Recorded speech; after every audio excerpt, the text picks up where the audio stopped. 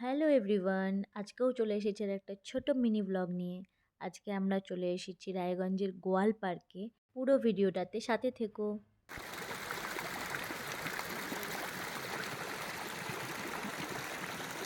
পার্কে ঢুকতেই সামনে দেখো ছোট ছোট এরকম অনেকগুলো ফোয়ারা আছে। আমি, মা আর দিদি তিনজনে আমরা দুপুরে লাঞ্চ করেই বেরিয়ে পড়েছিলাম পার্কে। পার্কে এসে দেখি পার্ক একদম ফাঁকা। সেদিনকে ভীষণই ঠান্ডা হাওয়া দিচ্ছিল, এক ফোঁটা রোদ ওঠেনি। এই ঠান্ডাতে না বাচ্চাদেরকে নিয়ে বেরোয়নি মনে হয় কেউ, নাকি পার্ক এতটাই ফাঁকা থাকে কিছু বুঝতে পারলাম না। এই সেই আমাদের ডলফিন। এই ডলফিনের কাছে কিন্তু আমরাও একটা ফটো তুলেছি বেরোনোর সময়। চলো আগে আমরা পার্কটা ঘুরে নিই। পার্কের ভেতর এসেই বাঁ সাইডে যে রাইডগুলো থাকে এগুলো সব বন্ধ ছিল। আমাদের খুব ইচ্ছা ছিল যে টয় ট্রেনগুলোয় চড়বো, আরও যে ছোট ছোট 2-3টে রাইড আছে এগুলোতেও চড়বো, সব বন্ধ ছিল। এদিকে মা আর দিদি এগিয়ে যাচ্ছে, আমিও পিছন পিছন ছোট ছোট ভিডিও করতে করতে আগাচ্ছি।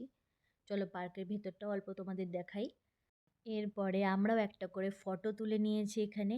আই লাভ রায়গঞ্জ, আমি আর মা আর দিদি মিলে ফটো তুলে আমরা চলে এসেছি বোটিং এরিয়ায়।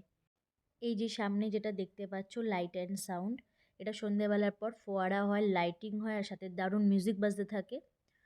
কিন্তু আমরা তখন থাকিনি, এটা স্টার্ট হওয়ার আগেই আমরা বেরিয়ে গেছিলাম।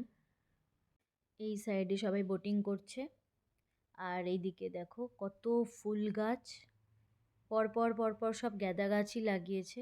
সামনেও অনেক কালারিং কালারিং ফুলও ছিল, আমি নাম দাম কিছুই জানি না। ভালো লাগছে আর ভিডিও করছি। একদম মেঘলা একটা ওয়েদার, আর কি ঠান্ডা একটা হাওয়া দিচ্ছিল। আর পার্কের ভেতরে না চারপাশে সব মিউজিক সিস্টেম লাগানো আছে, আর মিউজিকও বাজছে, আর এদিকে ঘুরতেই যে কী ভালো লাগছিল। ওয়েদারটা সেদিন খুবই ভালো ছিল, কিন্তু একটা জিনিস খুবই খারাপ লাগছিল, যেটা পার্কটা এতটাই ফাঁকা ছিল। মানে আমরা মোটামুটি 20-25 জন হব হয়তো, পুরো পার্কে 20-25 জন হব আমরা সব মিলে। মানে এটাই একটু কেমন লাগছিল, এত ফাঁকা। এই দিকে সব কালারিং ফুল গাছ ছিল। এরপরে আমরা চলে গেছি যেখানে বাচ্চারা খেলে ওই জায়গায়। এখানে এসে দেখি এখানেও কেউ নেই, একদম কয়েকজন কয়েকজন খালি। এই সামনে একটা ছোট্ট ফ্যামিলি পিকনিক করছিল। আর ওই রাইডগুলোও দেখো পুরো খালি। সামনে দোলনা স্লোপিং, ওখানেও একটু দেখলাম গিয়ে। এখানেও উল্টে বাচ্চাদের জায়গায় বড়রাই দোলনায় চড়ছে। সেদিন এত ঠান্ডার জন্যই মনে হয় আরও ফাঁকা ছিল, এত ঠান্ডা হাওয়া ছিল যে পার্কে কে নিয়ে আসবে।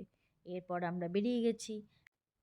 পার্কে ঢুকতেই যে ফোয়ারাটা ছিল তখন আমরা কোনো ফটো তুলিনি, এখন স্টার্টও হয়ে গেছিলো ফোয়ারাগুলো। এখানেও একটা ছোট ভিডিও করে 2-3টে ফটো তুলে আমরা বেরিয়ে গেছি।